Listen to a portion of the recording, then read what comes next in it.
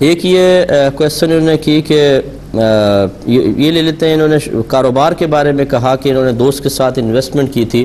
اب دیکھیں یہ انویسٹمنٹ کا جو مسئلہ ہے یہ آپ ہمیں پوری تفصیل سے جب بھیجیں گے پھر میں اس کا آپ کو جواب دے سکوں گا کہ کیا یہ شرکت تھی یا مداربت تھی،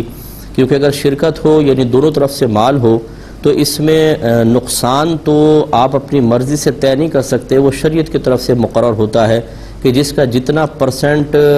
مال ملا ہوتا ہے، اس نے مال ایسڈ ملایا ہوتا ہے، اتنا ہی نقصان وہ برداشت کرے گا۔ مثلا اگر آپ نے 25% ملایا، اس نے 75%، 25 لاکھ آپ کے ہیں اور 75 لاکھ اس کے ہیں، جب نقصان ہوگا تو وہ 75% برداشت کرے گا اور 25% آپ برداشت کریں گے۔ لیکن شرکت میں نفع کی کوئی مقدار شریعت نے مقرر نہیں کی ہے، وہ باہم رضامندی سے کر سکتے ہیں، لہذا 50-50 کر سکتے ہیں، 25-75 جیسے آپ کرنا چاہیں۔ اور ایک ہوتا ہے مداربت کہ پیسہ مثلا آپ کا ہے اور کام وہ کر رہا ہو، اس کو مداربت کہتے ہیں۔ اس میں نفع کا تو یہی اصول ہے کہ دونوں باہم طے کریں گے، لیکن جب یعنی مرضی سے طے کریں گے، لیکن جب نقصان ہوتا ہے تو یاد رکھیں اس میں نقصان صرف مال والے کا ہوتا ہے جس کو رب المال کہتے ہیں، اور کام کرنے والا جس کو مدارب کہا جاتا ہے وہ اس نقصان کا ذمہ دار نہیں ہوگا، بشرطے کہ اس نے کام بالکل اصول کے مطابق کیا ہو، شرعی اصول اور تجار کی جو عادات و اطوار اور رسم و رواج ہیں ان کے مطابق، کوئی زیادتی نہیں کی، کوئی کمی کوتاہی نہیں کی، تو پھر وہ بری الذمہ ہے، نقصان اس کا کہلائے گا۔ اب یہ ہمیں پتہ نہیں کہ آپ نے کس طرح کیا کنڈیشنز طے کی تھیں، ابھی جو آپ صورتحال بتا رہے ہیں وہ صورتحال مجھے صحیح نہیں لگ رہی ہے کہ جی آپ ایسڈ بھی دیتے چلے جائیں گے اور پروفٹ بھی دیتے چلے جائیں گے، یہ غلط طریقہ کار ہے۔ بہرحال ہم نے بارہا یہ گزارش کی ہے کہ جب بھی آپ کوئی مالی معاملہ کرنے لگیں، خاص طور پہ مالی معاملات، اس میں کسی نہ کسی شخص سے شرعی ایڈوائز ضرور لے لیجئے، یعنی جو مفتیان کرام ہوتے ہیں، ورنہ آپ یہ سمجھیں گے کہ میں حلال کما رہا ہوں حالانکہ آپ حرام کما رہے ہوں گے، خود بھی مطلب اپنے آخرت کو برباد کریں گے، اپنے بیوی بچوں کو حرام کھلائیں گے۔ تو اس لیے آپ ای میل ایڈریس میرا چلے گا آخر میں، آپ مجھے پوری تفصیل میل کر دیں، اس کی ٹرمز اینڈ کنڈیشن بھی بھیجیں تو میں آپ کو انشاءاللہ تفصیل سے اس کا جواب دے دوں گا۔ ایک یہ بھائی نے کویسچن کیا کہ عورت جماعت کروا سکتی ہے یا نہیں۔ اس کی دیکھیں دو صورتیں ہیں کہ عورت امام بنے اور پیچھے مرد و عورت دونوں ہوں، تو یہ تو امامت بالکل عورت کی حرام ہے، نہیں کر سکتی ہے۔ دوسرا یہ کہ صرف خواتین اپنی جماعت قائم کر رہی ہیں، ایک عورت ان کی امام بن جائے۔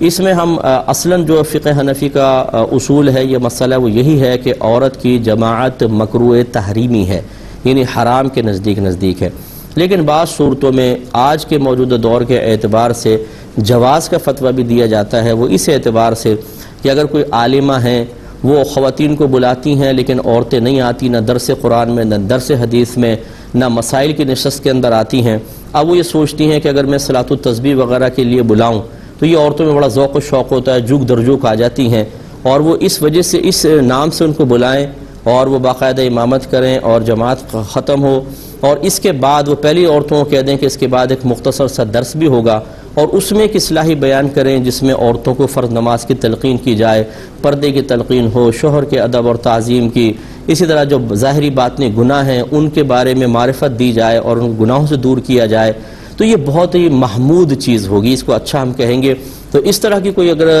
مصلحت صحیحہ ہو تو اس کی اجازت دی جا سکتی ہے، لیکن اس میں بھی چند شرائط ہیں جو اکثر میں عرض کرتا ہوں کہ جو خواتین آنے والی ہوں وہ اپنے گھر سے باقاعدہ اجازت لے کر آئیں، اگر شادی شدہ ہیں تو شوہر سے، اور اجازت لیں، دھمکی نہ دیں یا خالی اطلاع نہ دیں، بچے کو سنبھال لینا میں جا رہی ہوں درس میں، اب وہ بیچارہ ارے بھائی سنو تو صحیح، اور نکل لیجیے برقع سنبھال کے، بس ٹھیک ہے میں آ رہی ہوں، یہ اجازت نہیں ہوتی ہے، یہ زبردستی اپنا فیصلہ یا مرضی تھوپنا ہے، یہ غلط ہے۔ اجازت لیں، اور اگر غیر شادی شدہ بچی ہے تو اپنے بڑے بھائی یا والد صاحب جو بھی ہیں یا والدہ ان سے باقاعدہ اجازت لے کر نکلیں، باپردہ نکلنا لازم ہوگا، اور محرم ساتھ ہو، یا کم از کم اگر شہر میں قریبی محلے میں جا رہی ہیں تو امینہ عورتیں ساتھ ہوں، نیک پرہیزگار عورتیں، سب 4 5 6 مل کر جائیں، راستہ پر امن ہونا چاہیے، عزت یا مال کے لٹ جانے کا کوئی خوف نہ ہو، جس گھر میں جا کے نماز ادا کرنی ہے وہاں مردوں عورتوں کا اختلاط بالکل نہ ہو، نہ کوئی بے پردگی کا اندیشہ ہو کہ جیسے بہنوں نے جا کے برقعے اتارے اب نماز پڑھ رہی ہیں تو کوئی مرد ادھر ادھر سے دیکھ رہے ہوں، ایسا کچھ بھی نہیں ہونا چاہیے۔ مقصود صرف نماز کی ادائیگی اور درس میں شرکت ہونا چاہیے، یہ نہیں کہ ارے تم آ رہی ہو کہ نہیں آ رہی ہو، فلاں کے نے صلاۃ و تسبیح کی جماعت رکھی ہے، ہاں ہاں آ رہی ہوں، تم سے بہت ساری باتیں بھی کرنی ہے، وہ ساس کے بارے میں، نندوں کے بارے میں. یہ پلاننگ بنا کے وہاں پہنچ گئی، وہاں صلاۃ و تسبیح کی جماعت ہو رہی ہے، وہ پیچھے بیٹھ کر آرام سے پورے دل کی بھڑاسے نکال رہی ہیں، اور جب وہ رکوع میں جانے لگے تو فوراً آ کے شامل ہو جائیں. اس قسم کی اگر بھیانک اور مکروہ سازشیں کرنے کے لیے وہاں جانا ہو تو پھر اس کی قطعاً اجازت نہیں ہوگی. اس لیے وہاں مقصود جانے کا واقعی اللہ کی رضا ہو، اور نماز کی ادائیگی، اور اس کے بعد اصلاحی بیان سننا، اور پھر اس کے بعد جیسی وہ ختم ہو فوراً اپنے گھر واپس آئیں. یہ نہیں کہ اب بیٹھی ہوئی بات ہے تو شام تک بیٹھی ہوئی ہیں، یہ قیودات اگر لحاظ کیے جائیں تب کہیں جا کے اس کی اجازت ہو سکتی ہے. یہ ہم نے موجود دور کے تقاضے کے اعتبار سے عرض کیے ہیں. اگر کوئی عالم دین ہماری رائے سے اختلاف کرے، ان کو بالکل حق حاصل ہے، وہ کر سکتے ہیں، لیکن جو اس وقت خواتین کی جہالت کی وجہ سے معاملات بگڑ رہے ہیں، ہماری ان تمام قیودات کے باوجود اگر کوئی تنقید کرے گا تو وہی شخص ہو سکتا ہے کہ جو شاید ان عورتوں کے معاملات کو اچھی طرح مشاہدہ نہیں کر رہا ہے. میرے پاس پوری دنیا سے میلز آتی ہیں، کالز آتی ہیں، میسیجز آتے ہیں، واٹس ایپ کے ذریعے لوگ پیغام بھیجتے ہیں، اور کس قدر فتنہ اور مصیبت ہے. اگر ایک عورت گھر کے اندر جاہلہ ہو، وہ گناہ کی معرفت نہ رکھتی ہو، پورے خاندانوں کا نظام بگڑا ہوا ہے. تو ہماری بہنوں کو کی اصلاح کی بہت زیادہ ضرورت ہے. مردوں کی بھی ہے، میں اس کا انکار نہیں کر رہا ہوں، لیکن بہن ایک گھر کی ملکہ ہوتی ہے، بہن پورے گھر کو لے کر چلتی ہے، مرد تو باہر نکل جاتا ہے. خواتین کی اصلاح انتہائی ضروری ہے، اور اس کے لیے ہر وہ حکمت اختیار کی جا سکتی ہے کہ جو اس موجودہ دور کے تقاضے کے مطابق ہو اور اصلاً خلاف شرع نہ ہو. اس لیے ہم نے یہ مشورہ دیا ہے. تو بہرحال اپنے اپنی رائے ہو سکتی ہے. یہ کہتے ہیں کہ یہ بھائی نے کہا کہ جی میں ہر سال اپنے والد کے نام کی قربانی کرتا ہوں. اب میرا ارادہ ہے کہ میں 2 قربانیاں کروں، تو کیا پھر والد کے علاوہ میں اپنے نام کی کروں، یا والد اور والدہ، یا والد اور نبی کریم صلی اللہ علیہ وسلم کے نام کی کروں؟ دیکھیں بھائی جان، سب سے پہلے اچھی طرح سمجھ لیجئے کہ دین کو خود نہ سیکھیں. یہ کوئی مطلب معذرت کے ساتھ یہ کوئی ہنڈیا نہیں بنا رہے کہ آپ مرچیں نمک جتنا مرضی تیز کر لیں اور جیسے ہنڈیا پکانا چاہیں پکا سکتے ہیں اپنے مزاج کے موافق. یہ ہنڈیا نہیں ہے، یہ دین ہے، اور دین آپ کی مرضی سے نہیں ہوگا. دین اللہ تعالیٰ اس کے رسول نے جو قوانین بنائے اس کے مطابق اختیار کرنا ہوگا. لہٰذا اگر آپ مالک نصاب ہیں تو سب سے پہلے تو آپ پر اپنی قربانی واجب ہے. اگر والد صاحب کی طرف سے کرنا چاہتے ہیں تو دوسری قربانی آپ کر سکتے ہیں. اگر آپ پہ خود قربانی واجب تھی اور آپ نہیں کر رہے اور والد صاحب کی طرف سے کر رہے ہیں تو ان کی طرف سے تو نفل ہو رہی ہے، اور آپ ہر سال قربانی کے ترک واجب کی وجہ سے گناہ گار ہو رہے ہیں. اور 1-2 دفعہ ترک کریں گے تو یہ گناہ صغیرہ رہے گا، اور پھر اگر اصرار کرتے رہیں گے 3 4 5 سال ایسے ہو گئے تو آپ گناہ کبیرہ کے مرتکب ہیں.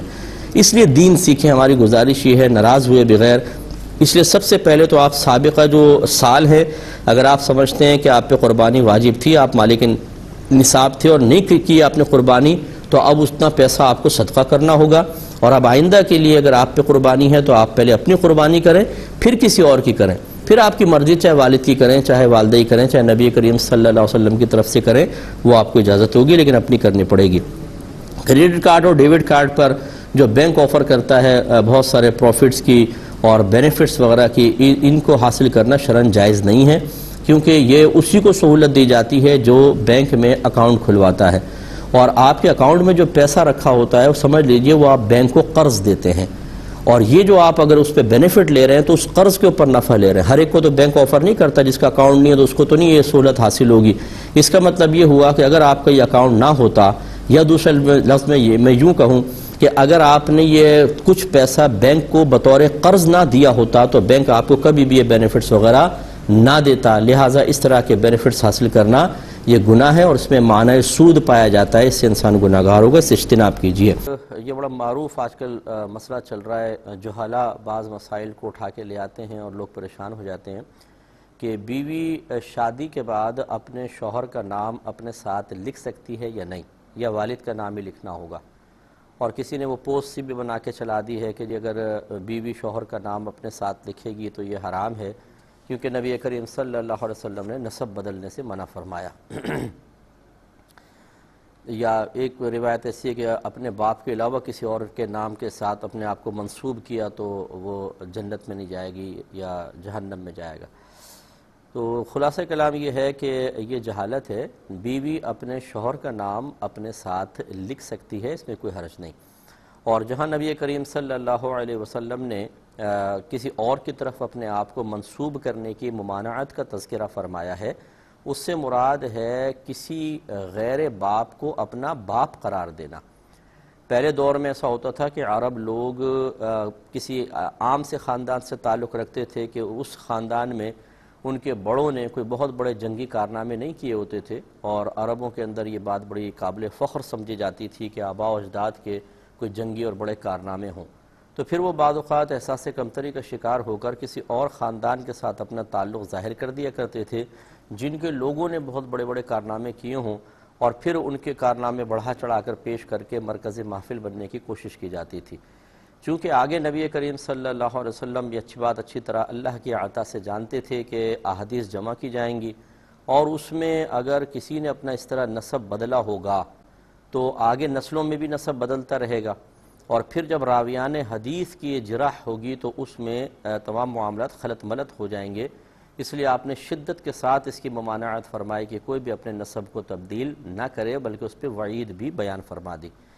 تو خلاصہ کلام یہ ہے کہ اب تھوڑا سا اگر غور کر لیا جائے، ایسے کوئی جاہل بھی سن رہا ہو تو وہ بھی ذرا اس بات کو سمجھ لے کہ بعض اوقات بعض لوگ دین کی خدمت سمجھ کر یہ کام کرنا شروع کر دیتے ہیں۔ مجھے بھیج دیتے ہیں میسج کئی لوگ، پھر ان کی اصلاح کرتے ہیں، تو پھر وہ جواب میں کہتے ہیں ہم نے تو بھیجا اس لیے تھا تاکہ آپ اصلاح کر دیں۔ تو بھائی آپ کو پہلے لکھنا چاہیے تھا اگر آپ واقعی یہ آپ کی نیت تھی کہ بھئی یہ صحیح ہے یا نہیں۔ اتنے وثوق سے بھیجتے ہیں جیسے تو کسی کو گناہ سے بچا رہے ہوں، اور یہ غلطی کر دیتے ہیں۔ تو اب کوئی بھی خاتون اپنے شوہر کا نام اس لیے نہیں لکھتی کہ وہ اپنے نسب کو بدلنا چاہتی ہے، اور وہ اپنے والد کی جگہ شوہر کا نام لکھ کر یہ ثابت کرنا چاہتی ہے کہ میرا ابا جان ہے اور میں ان کی بیٹی ہوں، اس خاندان سے ہوں، دوسرے خاندان سے نہیں۔ یہ کسی کی نیت ہی نہیں ہوتی تو وعید کا شکار کیسے ہوں گے؟ بلکہ اس طرح کے پوسٹ بنا کر بھیجنا اور اس کو فارورڈ کرنا دونوں شدید قسم کے گناہ ہیں، کیونکہ جو بات نبی کریم صلی اللہ علیہ وسلم نہیں بیان فرمانا چاہتے، یہ آپ کا مقصود دوسرا ہے، اس کو توڑ موڑ کر نبی کریم صلی اللہ علیہ وسلم کی طرف منسوب کر دینا بہت ہی بڑا گناہ ہے، توبہ کرنی چاہیے۔